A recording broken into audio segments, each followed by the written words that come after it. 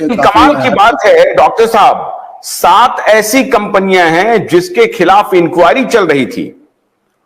और massive inquiry, आज के दिन भी इंक्वायरी चल रही है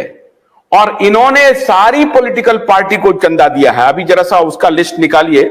जरा सा, ये 35 बड़ी कंपनियों ने दिया है, जिसमें 7 बड़ी कंपनियों के खिलाफ तो समझिए कि इंक्वायरी, वैसे तो सारी कंपनियों के खिलाफ इंक्वायरी है क्योंकि कोई दूध का धुला हुआ नहीं है, लेकिन जो 7 बड़ी कंपनियां हैं वो आज तक चंदा दे रही है। अभी तक वो उन्होंने चंदा दिया है इलेक्टोरल बॉन्ड के माध्यम से और उसमें सबसे ज्यादा चंदा जो है वो भारतीय जनता पार्टी को मिला है, कांग्रेस को मिला है और बीआरएस को मिला है। बीआरएस चूंकि हैदराबाद में बहुत सारी लेबोरेटरीज है, फार्मा कंपनियों के लैब्स हैं, इसलिए उन्होंने उनको दिया है। और जब मुझे याद है बीआरएस से जब मैं व्यक्तिगत रूप से मिला, मैंने उनसे पूछा भी कि क्या आपका कोई संबंध है बिल गेट्स से, उन्होंने डिनाई किया। और अभी सारी कंपनियों का, और आपको मालूम है कि यहां जितनी फार्मा कंपनियां हैं उस पर गेट्स फाउंडेशन का किस प्रकार से दबदबा है,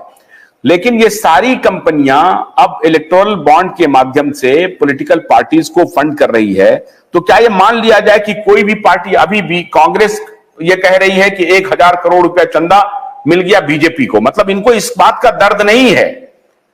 कि ये सब कुछ गलत हो रहा है, इनको इस बात का दर्द है कि वो 1000 करोड़ रुपया खाली उनको गया, अगर वो मुझे आ जाता तो मैं चुप हो जाता। आपको लगता है कि अगर कांग्रेस को 1000 करोड़ रुपए ये लोग दे देते तो ये चुप हो जाते, वो सवाल भी नहीं उठाते? बिल्कुल, वो तो जो सत्ता में पार्टी होती है वो एक नहीं, बाकी भी सभी इंडस्ट्रीज जो सत्ता में पार्टी होती है उसको थोड़ा ज्यादा पैसा देते हैं क्योंकि इमीडिएट काम कराने का होता है, और जो ऑपोजिशन है उनको भी थोड़ा बहुत इसलिए देते हैं कि वो कल पता नहीं कब वो आ जाए। फिर छोटे मोटे जैसे राज्यों में भी तो उनकी सरकार है, राजस्थान की सरकार को भी मिला है, क्यों, मतलब कांग्रेस राजस्थान में भी चाहिए ना उनको, स्टेट परचेजेस, रेमडेसिविर परचेज करती है, ये सब करती है ना वो स्टेट सप्लाई के लिए, तो दवाइयां वो जो परचेज करते हैं, इसलिए जहां जहां जब तक कुछ स्टेट्स में भी उनकी सरकार है तो थोड़ा बहुत चंदा उनको भी मिलता ही रहेगा, 2 कारण से तो, और वो लेते ही है। वो कहना कि उनको ज्यादा मिला और उनका एस्टेब्लिश करो, मगर कोई ये आप जब तक आप आज तक किसी भी पॉलिटिकल पार्टी ने बोला कि नहीं भाई दवाई की कंपनियां जिस तरह स्टेट सेक्टर में प्रोड्यूस होता था उस तरह दवाइयां अब स्टेट सेक्टर में बनेगी, क्योंकि ये अभी कितने सारे, हर ये जो कफ सिरप और उसका तो है, बाकी भी कितनी कंपनियों पर हर तीसरे दिन आता रहता है। क्वालिटी का सवाल है ये, तो कम से कम क्वालिटी। अगर एक मिनट डॉक्टर माया, अगर आप कहते हैं कि अगर सरकारीकरण हो जाए या सरकार करे, अमेरिका में तो एनआईएच सरकारी एजेंसी है, उसमें किस प्रकार से प्राइवेट फंडिंग हो रही है, अब इसकी क्या गारंटी है? हमारे यहां जो एंटागी है उसने क्या किया महामारी के दौरान सबको मालूम है, किस प्रकार से वो इन्फ्लुएंस्ड रहा, किस प्रकार से वेलकम ट्रस्ट से लेकर के गेट्स फाउंडेशन के लोग वहां पर घुसे हुए हैं। अब तो वहां पर क्या घुसे हुए हैं, प्रधानमंत्री के आवास में घुस गए हैं। अब घुसने की क्या बात हो रही है? अब तो प्रधानमंत्री के आवास में घुस करके सीधा सीधी इंटरव्यू कर रहे हैं, ये शख्स प्रधानमंत्री का इंटरव्यू कर रहे हैं।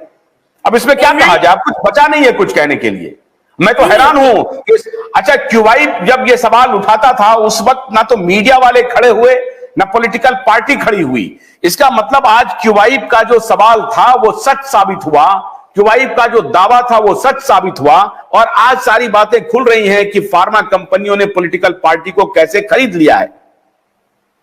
देखिए एनआईएच दवाई नहीं प्रोड्यूस करती है, तो जो फार्मा कंपनी है वो एनआईएच को अफेक्ट करता है, क्योंकि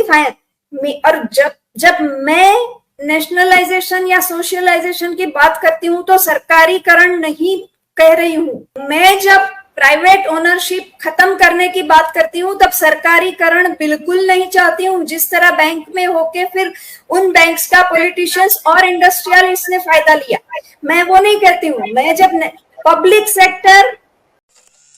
गन्ने की कड़ी बुनियाद जिसे मराठी में खुड़किया और कुछ उत्तर भारत के क्षेत्रों में खुटकी भी कहा जाता है, उसे केवल भोलानाथ का 2-in-1 बैटरी ऑपरेटेड हार्वेस्टर कम ब्रश कटर आसानी से और बिना रुकावट के काट सकता है।